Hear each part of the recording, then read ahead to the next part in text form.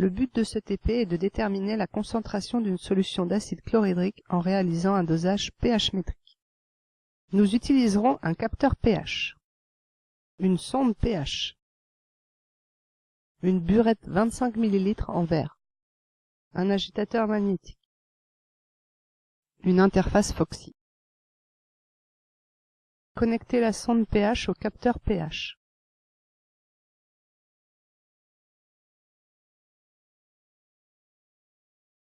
Raccordez l'interface Foxy au secteur. Connectez le capteur pH à l'interface Foxy. ôtez la protection de la sonde pH et la rincez à l'eau distillée.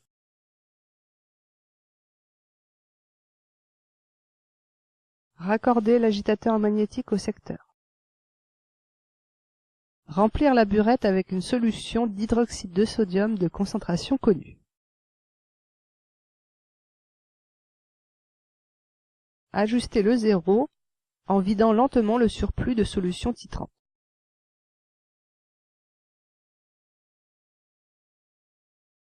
Versez environ 15 ml de solution d'acide chlorhydrique dans un bécher. Prélevez 10 ml de cette solution et versez dans un bécher.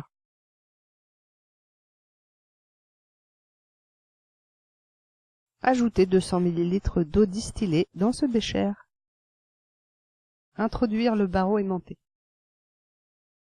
Placez ce bécher sur l'agitateur magnétique et mettre l'agitateur en fonctionnement.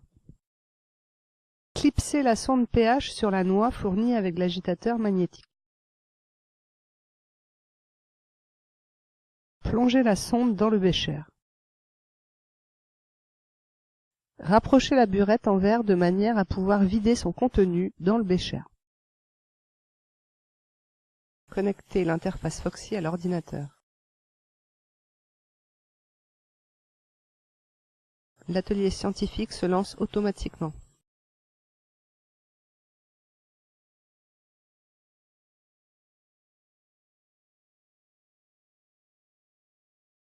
Choisir l'atelier scientifique physique-chimie. Sélectionnez le module généraliste.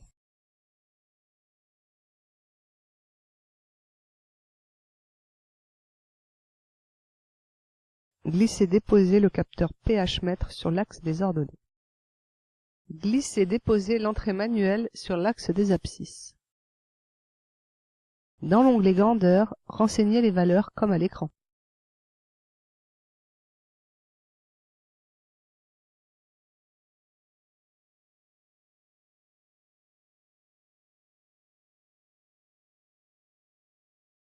Cliquez sur le feu vert pour lancer l'acquisition. Cliquez sur Lancer. Après stabilisation, cliquez sur OK suivant. Versez 1 ml de solution d'hydroxyde de sodium en actionnant le robinet de la burette. Après stabilisation, renseignez 1 dans la fenêtre et cliquez sur OK suivant. Versez 1 ml de solution d'hydroxyde de sodium en actionnant le robinet de la burette.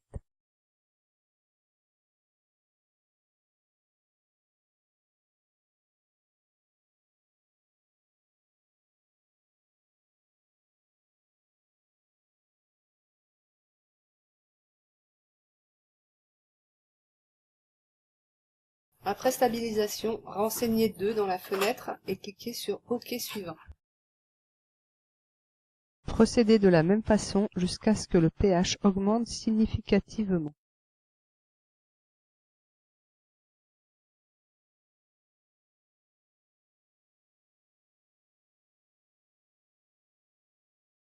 Versez goutte à goutte à l'équivalence. Après stabilisation, renseignez le volume correspondant dans le champ prévu.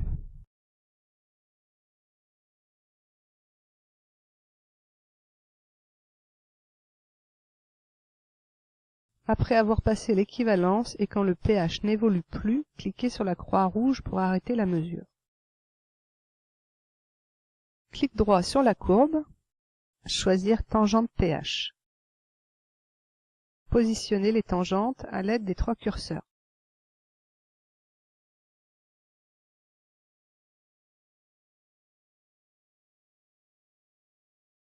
Cliquez sur le bouton pH, choisir Liaison puis Relier. Ajustez la tangente.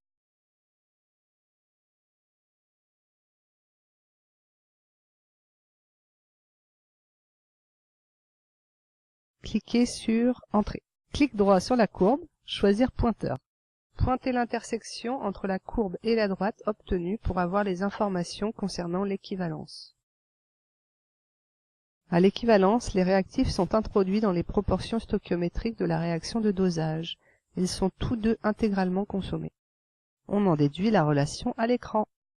Ce TP a permis de mettre en avant la notion de saut de pH et de réaliser un dosage pour déterminer la concentration inconnue d'une solution d'acide chlorhydrique.